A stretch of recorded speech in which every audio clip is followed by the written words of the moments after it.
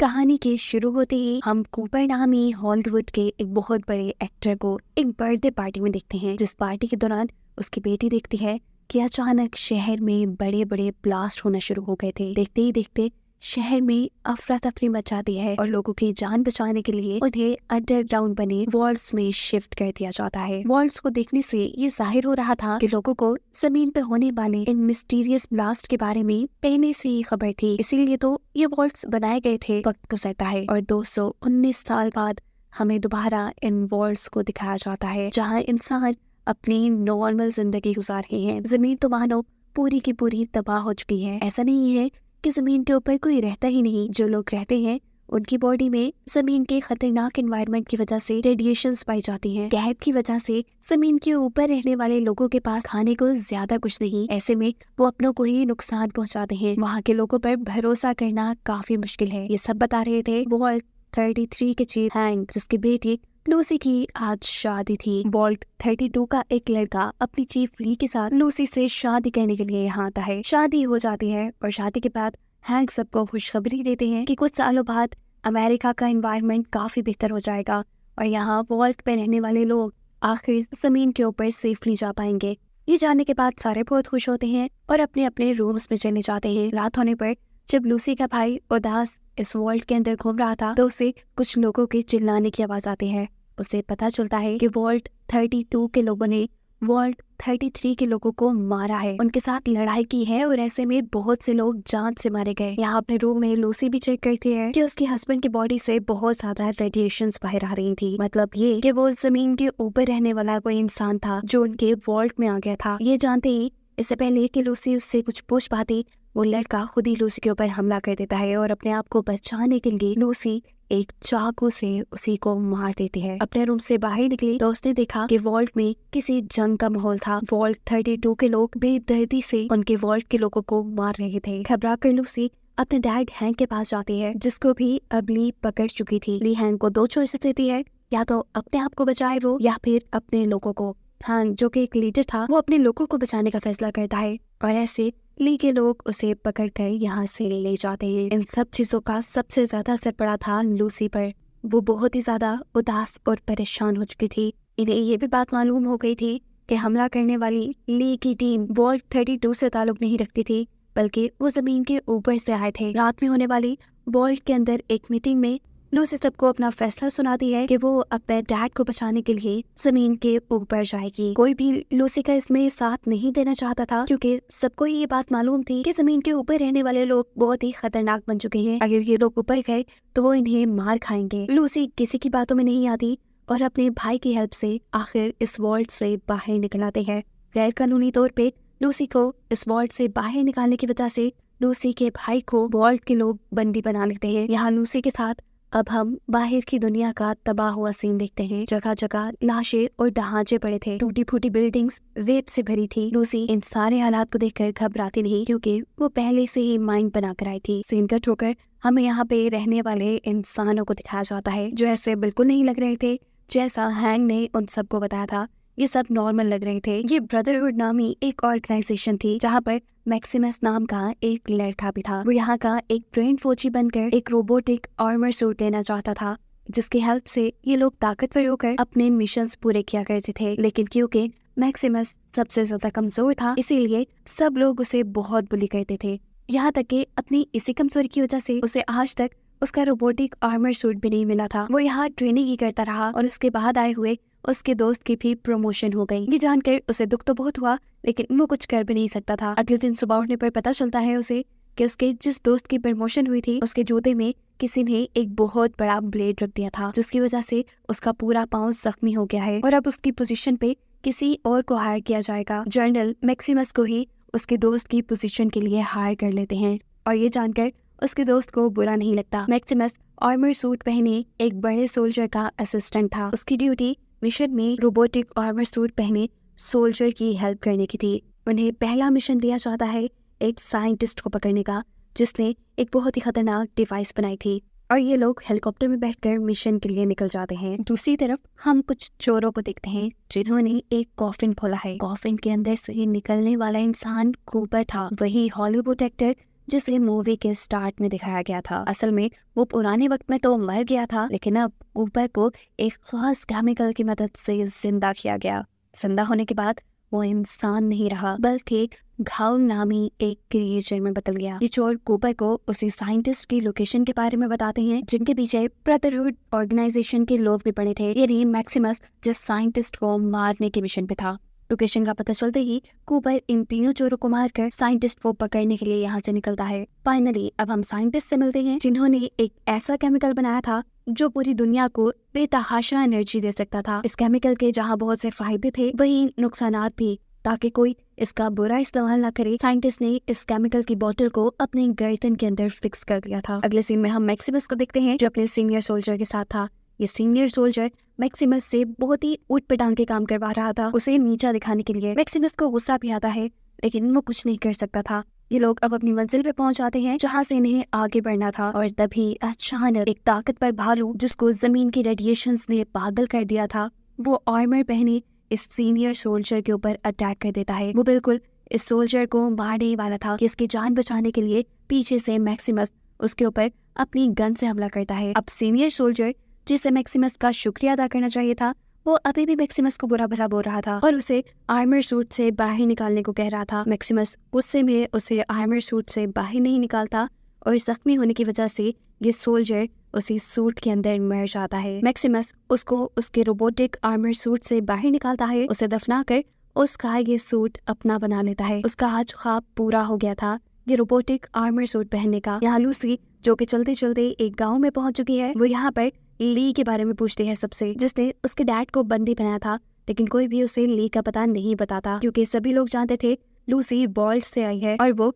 World से आए हुए लोगों के साथ अच्छा सलूक नहीं करते। यहीं पर लूसी की मुलाकात साइंटिस्ट से हो जाती है जो चलते चलते अपनी जान बचाने के लिए इस गांव तक पहुंचे थे। उनसे बात करते हुए लूसी जान पाती है कि साइंटिस्ट वर्ल्ड 33 के लोगों को बहुत अच्छे से जानते थे, इसलिए वो लूसी की भी रिस्पेक्ट कर रहे थे। उनकी इन्हीं बातों के दौरान यहाँ पर कूपर आ जाता है जो साइंटिस्ट को देखते ही उनके ऊपर गोली चलाकर उन्हें जख्मी कर देता है क्योंकि उसे साइंटिस्ट की गर्दन में मौजूद वही केमिकल चाहिए जिसके पीछे सब पड़े हुए हैं। इतने में ही यहाँ पर वो लोग भी आ जाते हैं जिनके 3 साथियों को अभी कूपर मार के आया था। वो सभी कूपर के ऊपर हमला कर रहे थे। जिन सबसे बचने के लिए कूपर उनके ऊपर फायरिंग शुरू कर देता है और ऐसे यहाँ एक जंग का माहौल बन जाता है। इतनी अजीब सिचुएशन देखते हुए लूसी को लगता है कि कूपर ही यहाँ लोगों को नुकसान पहुंचा रहा है। इसी वजह से वो कूपर को अपनी गन से शूट करती है, लेकिन देखती है कि कूपर को कुछ भी नहीं हुआ क्योंकि वो तो एक घाउल था। इतने में ही यहाँ पर मैक्सिमस भी आ जाता है और पीछे से कूपर पे हमला करते हुए उसे उठाकर दूर फेंकता है। इस अफरा तफरी के माहौल के अंदर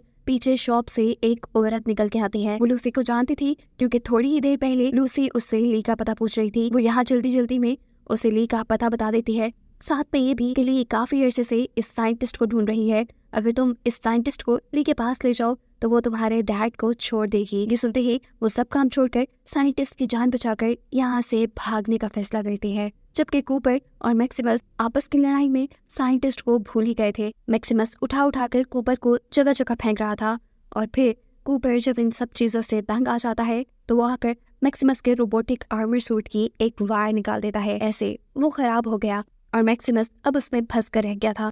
यहाँ हम देखते हैं कि साइंटिस्ट कूपर के किए हमले के बाद जख्मी होने के बावजूद भी लूसी के साथ आगे बढ़ते जा रहे थे, लेकिन एक पॉइंट आता है जब उन्हें फील हुआ कि वो अब नहीं बच पाएंगे। तब वो लूसी से अपना सर काटने को कहते हैं और बताते हैं कि मेरी गर्दन के अंदर ही वो केमिकल इंसर्ट है जो ली को चाहिए। ये लेने के बाद ली तुम्हारे डैड को आजाद कर देगी और तुम्हारा काम बन जाएगा। लूसी उन्हें मारना नहीं चाहती थी, लेकिन उनके इसरार पे और उनकी खराब कंडीशन को देखते हुए उसे साइंटिस्ट का सर काटना पड़ता है। सीन्स अब यहीं से पास्ट में शिफ्ट होते हैं। हमें कूपर की कहानी दिखाई जा रही है जो एक हॉलीवुड एक्टर था। एक अच्छा करियर होने के साथ उसकी एक हैप्पी फैमिली थी, उसकी वाइफ और बेटी, जिनके बारे में इस वक्त हैंक जानता था। यानी लूसी के फादर। कूपर को ये भी मालूम था कि ली ने हैंक को किडनैप किया हुआ है। वो अगर ली की जरूरत पूरी कर देता, यानी अगर वो ली को साइंटिस्ट का बनाया हुआ केमिकल दे देता, तो साइंटिस्ट उसे हैंक से मिलवा देती और हैंक ही उसे उसकी फैमिली तक पहुंचा सकता था। यही वजह थी कूपर की साइंटिस्ट को पीछा करने की। कूपर पाँव के निशानों का पीछा करते करते साइंटिस्ट तक पहुंच जाता है,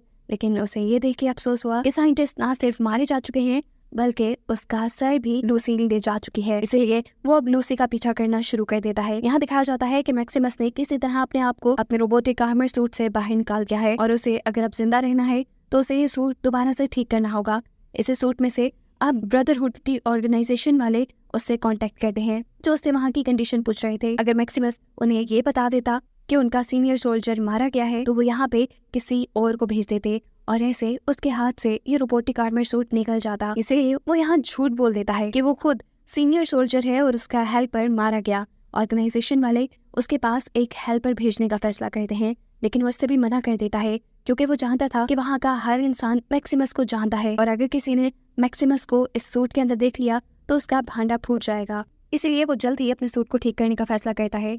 उसे नजर आता है कि सूट की एक डिवाइस खराब थी, जिसे ठीक करवाने के लिए वो पास की हार्डवेयर शॉप में जाता है। जब वो वापस आया तो यहाँ बहुत से चोर खड़े थे उसका ये रोबोटिक सूट लेने के लिए। उनसे अपने सूट को बचाने के लिए वो एक रिमोट की मदद से अपने इसी रोबोटिक आर्मर सूट के सर के एक आदमी का सर कुचल देता है और सब लोग डर कर उससे यहाँ से भाग जाते हैं। इस सारी लड़ाई के दौरान यहाँ पर मैक्सिमस के लिए हेल्पर भी पहुंच जाता है, जो उसकी ऑर्गेनाइजेशन ने भेजा था। इससे पहले कि हेल्पर मैक्सिमस को पहचान लेता, मैक्सिमस बिना वक्त जाया किए अपने आप को इस रोबोटिक आर्मर सूट में छुपा लेता है। हेल्पर के साथ मिलकर मैक्सिमस अपने मिशन को दोबारा स्टार्ट करता है। यहाँ लूसी, जो साइंटिस्ट के सर को लेकर चलते चलते एक नदी के पास पहुंची थी, अचानक यहाँ उसके ऊपर एक अजीब सी क्रिएचर हमला कर देती है। अपने आप को बचाने के चक्कर में उसे साइंटिस्ट के सर का ख्याल ही नहीं रहता और वो क्रिएचर साइंटिस्ट के सर को खा जाती है। वो उसके सर को वापस हासिल करना चाहती थी और इतनी ही देर में हम देखते हैं कि यहाँ पे कूपर भी पहुंच जाता है, जो उसके ऊपर अब गन ताने खड़ा था। परेशान लूसी उसे बता देती है कि यहाँ मॉन्स्टर ने साइंटिस्ट के सर को खा लिया है। ये सुनकर कूपर परेशान हो जाता है। कुछ देर सोचने के बाद उसे एक आइडिया आया। उसने लूसी को ही चारा बनाकर नदी के ऊपर लटका दिया ताकि वो मॉन्स्टर लूसी को खाने के लिए ऊपर आए। प्लान के मुताबिक वो मॉन्स्टर इन तक आता भी है, लेकिन इनकी बदकिस्मती कि ये लोग उन्हें पकड़ नहीं पाते। नदी की दूसरी तरफ मैक्सिमस और उसका हेल्पर थे। ये मॉन्स्टर उन पे हमला करने के लिए आगे बढ़ जाता है। वो एक ही झटके में मैक्सिमस के हेल्पर को अपने मुंह में पकड़ लेता है। इससे पहले कि वो आदमी को पूरी तरह खा लेता, मैक्सिमस अपने आर्मर सूट की सारी ताकत लगाते हुए अपने हेल्पर को इस मॉन्स्टर के मुंह से बाहर खींचता है। ऐसा करते हुए मॉन्स्टर को एक बहुत जोर की उल्टी आती है, जिसकी वजह से हेल्पर भी उसके मुंह से बाहर निकल जाता है और साथ में साइंटिस्ट का हेड भी, जिसे लेकर मैक्सिमस ने आगे बढ़ना शुरू कर दिया था। यहाँ हम देखते हैं कि कूपर और लूसी चलते चलते एक और गांव में आ गए थे। कूपर को यहाँ पर वॉल्ट शेल्टर का एक एडवर्टाइजमेंट नजर आता है, जिसे उसने अपनी वाइफ के कहने पे शूट किया था। ये वही वॉल्ट शेल्टर है जिसमें आज सब लोग सेफ रह रहे हैं। खैर, अब वो लूसी को लेकर एक स्टोर पे जाता है, जहाँ वो लूसी के बदले एक ट्रक मांगने की डिमांड करता है। साफ जाहिर था कि वो लूसी को बेच रहा था। लूसी के पास भी कूपर की बात मानने के अलावा कोई ऑप्शन नहीं था। कूपर की बात मानते हुए वो स्टोर के अंदर चली जाती है, यानी उसने कूपर के लिए अपने आप को बेच दिया। स्टोर के अंदर उसे एक रोबोट मिलता है जो उससे अच्छी बातें कर रहा था, साथ ही वो उसका इलाज भी कर देता है। ये जानकर लूसी को थोड़ा सुकून हुआ कि यहाँ का एनवायरनमेंट सेफ है, लेकिन असल में ऐसा नहीं था। उस रोबोट ने इलाज करते हुए लूसी को धोखे से बेहोश कर दिया था और अब जब लूसी को होश आया तो वो ऑपरेशन थिएटर में थी। ये रोबोट एक ब्लेड के जरिए उसके जिस्म के बहुत से ऑर्गन्स को निकालने वाला था, जिसके बाद लूसी को एक घायल बना दिया जाता। ये नहीं कूपर जैसी क्रिएचर। लूसी देखती है कि यहाँ पे और भी बहुत से घायल अजीब सी केमिकल वाली ड्रिप लगवाने आए थे, जो घायल्स को जिंदा रखा करती थी और अपनी इसी ड्रग्स को बेचने के लिए यहाँ के लोग इंसानों को मारकर घायल बना देते थे। लूसी यहाँ अपनी जान बचाने के लिए इस रोबोट को रोक देती है और यहाँ से भागने की कोशिश करती है। इस वक्त पर स्टोर में बैठे हुए इंसान भी इसके ऊपर हमला करते हैं और इनसे अपनी जान बचाने के लिए, यानी अपनी डिफेंस के लिए, लूसी भी उन्हें अपनी गन से शूट करके मारकर स्टोर से बाहर निकल आती है। बाहर आते हुए लूसी वो केमिकल भी अपने साथ ले आई थी, जिसकी वजह से घायल जिंदा रहते थे। बाहर आकर वो देखती है कि कूपर उस केमिकल के ना मिलने की वजह से बेहोश हो चुका है, इसीलिए वो बाहर आकर कूपर को वो केमिकल इंजेक्ट कर देती है। सीन कट होकर हमें वॉल्ट 33 का सीन दिखाया जाता है। यहाँ पर हैन की जगह अब एक औरत ने संभाली थी, यानी वो यहाँ की लीडर बन गई थी और इस लीडर ने मिशन बनाया था वॉल्ट 33 के साथ साथ सभी वॉल्ट्स के ऊपर कब्जा करने का, जिन्हें ली और उसके लोग बर्बाद कर गए थे। इस चीज से सभी लोग तो खुश थे, लेकिन लूसी का भाई नहीं, पर वो ज्यादा कुछ कर भी नहीं सकता था। अपने लीडर की बात मानते हुए वो दूसरे वॉल्ट में जाता है और सबसे पहले वहाँ का सिक्योरिटी सिस्टम चेक करता है कि आखिर इस वॉल्ट का दरवाजा खोला किसने था। उसे पता चलता है कि वॉल्ट का दरवाजा खोलने वाला कोई वॉल्ट के अंदर रहने वाला इंसान नहीं था, बल्कि बाहर से ही किसी ने इस वॉल्ट का दरवाजा खोला था, जो तकरीबन नामुमकिन था। वॉल्ट का दरवाजा हमेशा अंदर से ही खुलता था। वो दरवाजे की खोलने वाले इंसान का जब फिंगरप्रिंट चेक करता है तो ये उसकी मॉम का था। ये जानकर वो पूरी तरह शॉक रह जाता है, क्योंकि उसे तो कई साल पहले बताया गया था कि उसकी मॉम मारी जा चुकी है। यहीं दूसरी तरफ हम मैक्सिमस को देखते हैं, जो साइंटिस्ट का सर मिलने पे बहुत खुश था, क्योंकि उसने खुद ही मिशन पूरा कर लिया था। साथ ही उसका साथी भी खुश था। अगले दिन ये लोग वापस अपनी बेस में चले जाते, लेकिन इससे पहले ही मैक्सिमस के हेल्पर को उसकी सच्चाई पता चल जाती है कि असल में वो कोई सीनियर सोल्जर नहीं बल्कि मैक्सिमस है, जो खुद एक हेल्पर था। ये सच्चाई जानते ही वो मैक्सिमस से लड़ने लग जाता है, और क्योंकि वो ये बात जानता था कि वो इस रोबोट से नहीं लड़ सकता, तब वो मैक्सिमस को हराने के लिए उसके रोबोट की बैटरी बाहर निकाल लेता है। ऐसे मैक्सिमस इस रोबोटिक सूट में फंस चुका है और ये हेल्पर उसे इसी सूट में मरने के लिए छोड़कर साइंटिस्ट का सर लेकर यहाँ से भाग जाता है। अगले दिन तक मैक्सिमस यहीं खड़ा रहा। उसके ऊपर अब बहुत बड़े बड़े कॉकरोचेस ने भी हमला कर दिया था। इससे पहले कि वो मैक्सिमस को मार देते, सही वक्त पे यहाँ लूसी आकर उसे देख लेती है और सभी कॉकरोचेस को अपनी गन से मार गिराती है। लूसी को इस रोबोट को देख के याद आ जाता है कि इसी रोबोट ने कूपर से उसकी जान बचाई थी, इसलिए वो इस रोबोट का हेलमेट खोलती है और अंदर उसे मैक्सिमस नजर आता है, जिसकी मदद करने के लिए वो उसे इस सूट से बाहर निकालती है। यहाँ पर ये दोनों ही एक दूसरे को अपनी अपनी कहानी सुनाते हैं कि कैसे लूसी को साइंटिस्ट का वो सर चाहिए जिसके अंदर मौजूद केमिकल को वो ली को देकर अपने डैड को छुड़वाना चाहती है, जबकि मैक्सिमस ब्रदरहुड ऑर्गेनाइजेशन के लिए उस सर को हासिल करना चाहता है। यानी दोनों का मकसद एक है। सर तो मैक्सिमस को भी चाहिए था, लेकिन ब्रदरहुड ऑर्गेनाइजेशन ने उसके साथ इतना अच्छा सलूक नहीं रखा था, इसीलिए वो साइंटिस्ट का सर ढूंढकर लूसी को देने का फैसला करता है और ये दोनों अपने मिशन के लिए निकल जाते हैं, मैक्सिमस के हेल्पर को ढूंढकर उससे साइंटिस्ट का सर लेने के मिशन पर। चलते चलते इन लोगों के ऊपर कुछ लुटेरे हमला कर चुके थे, जिनसे बचने के लिए यहाँ मैक्सिमस अपने अच्छे निशानेबाजी से उन्हें एक ही मर्तबा में शूट करके मार देता है, लेकिन इस सब में वो खुद भी जख्मी हो गया था। वो तो जख्मी था ही, यहाँ पता चलता है कि लूसी भी जमीन की रेडिएशंस की वजह से बीमार हो रही है, इसीलिए ये दोनों किसी मेडिकल स्टोर पे जाने का फैसला करते हैं। मेडिकल स्टोर में आते ही ये लोग बेहोश हो जाते हैं। इन्हें समझ नहीं आई कि इनके साथ क्या हुआ। जब ये होश में आए तो ये वॉल्ट के अंदर थे और ये देखकर लूसी खुश हो जाती है कि एटलीस्ट अब उन्हें अच्छा ट्रीटमेंट मिल जाएगा। सीन कट होकर पास्ट में जाता है, जहाँ दोबारा हम कूपर को देखते हैं। कूपर वॉल्ट शेल्टर्स के लिए ही ऐड कर रहा है, वो भी अपनी वाइफ के कहने पर, क्योंकि वॉल्ट शेल्टर बनाने वाली कंपनी में उसके शेयर्स हैं और वो इस प्रोजेक्ट को लेकर काफी ज्यादा सीरियस है। उनकी कंपनी ये चाहती है कि दुनिया के सभी लोग ज्यादा से ज्यादा उनके इन्वॉल्व शेल्टर्स में रहे। खैर प्रेजेंट में तो कूपर अब पुलिस के हाथ लग चुका था। जो भी साइंटिस्ट को ही ढूंढ रहे थे वो कूपर को मार मार कर उससे साइंटिस्ट का पता पूछ रहे थे, लेकिन कूपर उन्हें कुछ नहीं बताता कि वो मारे गए या अब वो कहाँ हैं। यहाँ वॉल्ट शेल्टर के अंदर लूसी और मैक्सिमस के पास दो डॉक्टर्स आते हैं। एक उन्हें बताती है मैक्सिमस की मदद करने के लिए इन्होंने उसका रोबोटिक आर्मर सूट भी यही मंगवा लिया था, जिस सूट को इस वॉल्ट शेल्टर के लोग रिपेयर कर देते। इन्हें बताया जाता है कि वो वॉल्ट शेल्टर में कहीं भी घूम सकते हैं, लेकिन सेक्टर 12 में जाना मना है। लूसी नोटिस करती है कि इस वॉल्ट शेल्टर में रहने वाले सभी लोग तकरीबन म्यूटेटेड थे, यानी उनकी बॉडी में कुछ ना कुछ चेंजेस थे। जैसे एक डॉक्टर की सिर्फ एक आंख थी, किसी के पास 3 आंखें थी तो किसी का नाक ही नहीं था। इस वॉल्ट का विजिट करते हुए मैक्सिमस को ये बात पता चलती है कि ये वॉल्ट और यहाँ पर रहने वाले सभी लोग एनर्जी वाली बैटरीज की मदद से चलते हैं, बिल्कुल ऐसे ही जैसे उसका वो रोबोट। उसे आइडिया आता है कि वो अपने रोबोट को ठीक करने के लिए इन्हीं लोगों से एक सप्लाई बनवा लेगा, यानी बैटरी बनवाएगा। यहीं पर लूसी, जो यहाँ के लोगों के साथ घुलने मिलने की कोशिश कर रही थी, वो देखती है कि यहाँ के सभी लोग ली की पूजा करते हैं और ये देख उसे गुस्सा आ जाता है, क्योंकि ली ने ही उसके डैड को किडनैप किया हुआ था। गुस्से में वो यहाँ से निकल कर सेक्टर 12 में चली जाती है और यहाँ उसे इस वॉल्ट की हकीकत पता चलती है कि जितने भी लोग इस वॉल्ट के अंदर आते हैं, वॉल्ट की ऑर्गेनाइजेशन उन लोगों के ऊपर एक्सपेरिमेंट करती है, ऐसे एक्सपेरिमेंट जिससे वो बहुत ज्यादा ताकतवर या मॉन्स्टर्स बन जाएं। ये देखकर उसे समझ आ गई थी कि अब उसके और मैक्सिमस के साथ भी यही होने वाला था। उसके सेक्टर 12 में आने की खबर यहाँ के गार्ड्स को भी पड़ जाती है और गार्ड्स उसे पकड़ के यहाँ से ले जाते हैं। सीन्स दोबारा यही से कट होकर पास्ट में जाते हैं, जहाँ दिखाया गया है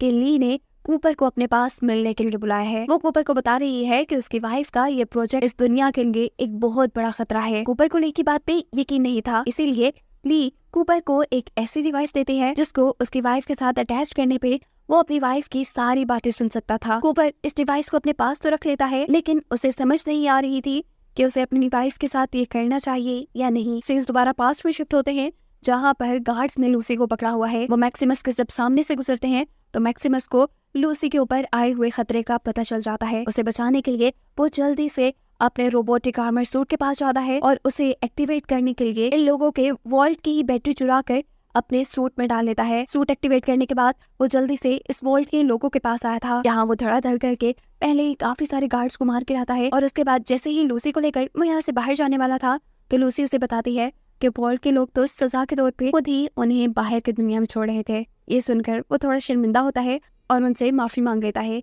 कुछ ही देर में ये जमीन के ऊपर थे। बाहर आकर लूसी को पता चलता है कि मैक्सिमस ने उनकी बैटरी चुरा ली है। बगैर बैटरी के वॉल्ट के लोग 3 दिन से ज्यादा जिंदा न रहते। ये बात लूसी को पता थी, इसीलिए लूसी मैक्सिमस को उनकी बैटरी वापस उन्हें देने को कहती है। उनकी बात मानकर मैक्सिमस वो बैटरी वापस उनके वॉल्ट में फेंक देता है। इस सीन में हमें मैक्सिमस के हेल्पर को दिखाया जाता है जो अपनी तबीयत खराब के चलते एक डॉक्टर के पास आया था। ये डॉक्टर उसका इलाज करने को मान जाता है और इसके बदले मांगता है उससे मैक्सिमस के रोबोटिक सूट की बैटरी। वो बैटरी दे देता है जिसके बाद डॉक्टर इंजेक्शन लगाकर वहां से भाग चुका था। इसके बाद हम वॉल्ट 33 यानी लूसी के पुराने वॉल्ट के अंदर देखते हैं कि वहां की नई लीडर ने सबको अलग-अलग वॉल्ट्स में रहने का ऑर्डर दे दिया था। उनकी वॉच में मौजूद नंबर्स ने बताया था कि कौन वॉल्ट 32 में रहने वाला है और कौन वॉल्ट 33 में। इसके बाद सीन एकदम से पास्ट में शिफ्ट हो जाते हैं, यानी कूपर की कहानी की तरफ। कूपर को जो ली ने एक डिवाइस दी थी वो कूपर अपनी वाइफ की एक एडवांस वॉच में लगा देता है क्योंकि उसको भी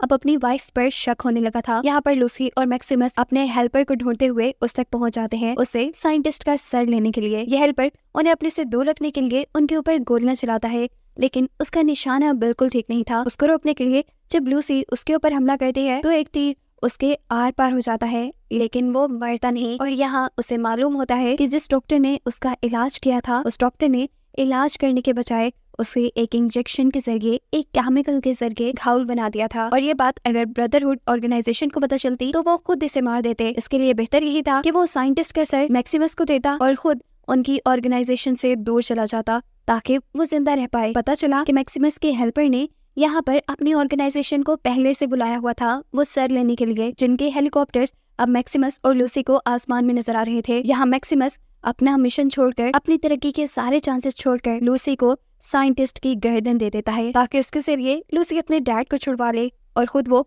पास पड़ी हुई एक मुर्दा इंसान की बॉडी का सर काट कर उसके चेहरे का बुरा हाल कर देता है ताकि कुछ देर के लिए ब्रदरहुड के लोग उसकी इस चाल से डिस्ट्रैक्ट हो पाएं। मैक्सिमस को लेकर ब्रदरहुड के लोग अपनी बेस में पहुंच जाते हैं और इनका जर्नल वो सर देखकर फौरन समझ आता है कि ये उस साइंटिस्ट का सर नहीं। यहाँ हम देखते हैं कि फाइनली लूसी भी ली के पास पहुंच चुकी है अपने डैड को छुड़वाने के लिए। उसके हाथ में साइंटिस्ट का सर देखकर ली बहुत खुश होती है और यहाँ उसे एक बहुत बड़ी सच्चाई बताने लगती है। उसे कुछ बताता देखकर हैंक यानी उसके डैड कहते हैं, लूसी इसकी बात बिल्कुल मत सुनना। लेकिन लूसी ली को सुनना चाहती थी। उसे यहाँ पे एक घायल भी मिली थी जिसकी हालत काफी खराब थी। सीन का ठोकर वॉल्ट 33 में शिफ्ट होता है जहाँ पर लूसी का भाई अपने ही एक जंग लड़ रहा है। उसे वॉल्ट 32 में शिफ्ट कर दिया गया था जहाँ आकर वो बहुत सी ऐसी मशीन्स देखता है जिनके अंदर इंसानी दिमाग फिट किए गए हैं और ये देखकर उसे ये बात समझ आ जाती है कि ये वॉल्ट उनकी रहने की जगह नहीं बल्कि एक बहुत बड़ी एक्सपेरिमेंटल लैब है जहाँ इंसानों के ऊपर एक्सपेरिमेंट्स किए जाते हैं और यहाँ रहने में उनकी कोई सेफ्टी नहीं। सीन्स से पास्ट में शिफ्ट होते हैं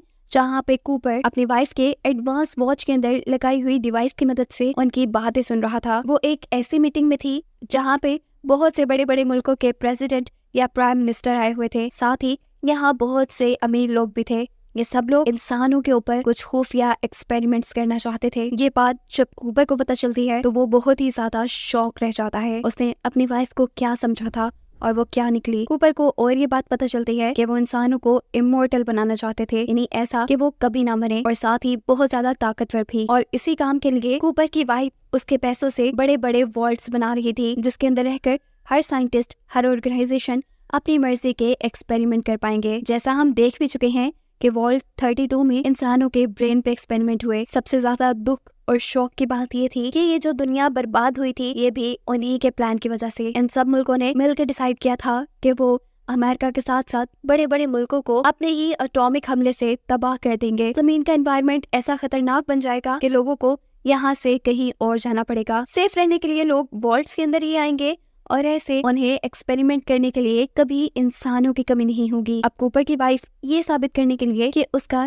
ये प्रोग्राम बिल्कुल सेफ है, सबसे कहती है कि हमारे एटॉमिक हमलों की वजह से जो रेडिएशंस खारिज होंगी वो सिर्फ 100 सालों में खत्म हो जाएंगी और हमारे एक्सपेरिमेंट इंसानों को हजारों साल की लाइफ दे देंगे। ऐसे 100 साल बाद सब लोग अपनी नॉर्मल लाइफ दोबारा से जीना शुरू कर देंगे। ये बात सुनकर सभी प्रेसिडेंट कूपर की वाइफ का कॉन्ट्रैक्ट साइन कर लेते हैं और इसी दौरान कूपर की वाइफ को कूपर के बारे में भी पता चल जाता है कि वो उसकी सारी खुफिया बातें सुन रहा था। इसीलिए वो अपने असिस्टेंट को कूपर के पास भेजती है, जो और कोई नहीं बल्कि हैंक यानी लूसी के फादर ही थे। यही कहानी प्रेजेंट में ली भी लूसी को सुना रही थी। अपनी कहानी को कंटिन्यू करते हुए ली बताती है कि इन्होंने दुनिया की सारी एनर्जी सप्लाई अपने वर्ल्ड्स को देना शुरू कर दी और ऐसे दुनिया बिल्कुल ही बर्बाद होकर रह गई। वो बताती है कि साइंटिस्ट का ये केमिकल दुनिया को दोबारा एनर्जी दे सकता है, जिसके बाद सभी लोग सेफली इस दुनिया पे रह सकते हैं। यहाँ पर लूसी अपनी मॉम के बारे में पूछती है ली से और ली बताती है कि मैं और तुम्हारी मॉम बहुत अच्छे दोस्त थे, लेकिन जब तुम्हारी मॉम को हैंक के इरादों के बारे में पता चला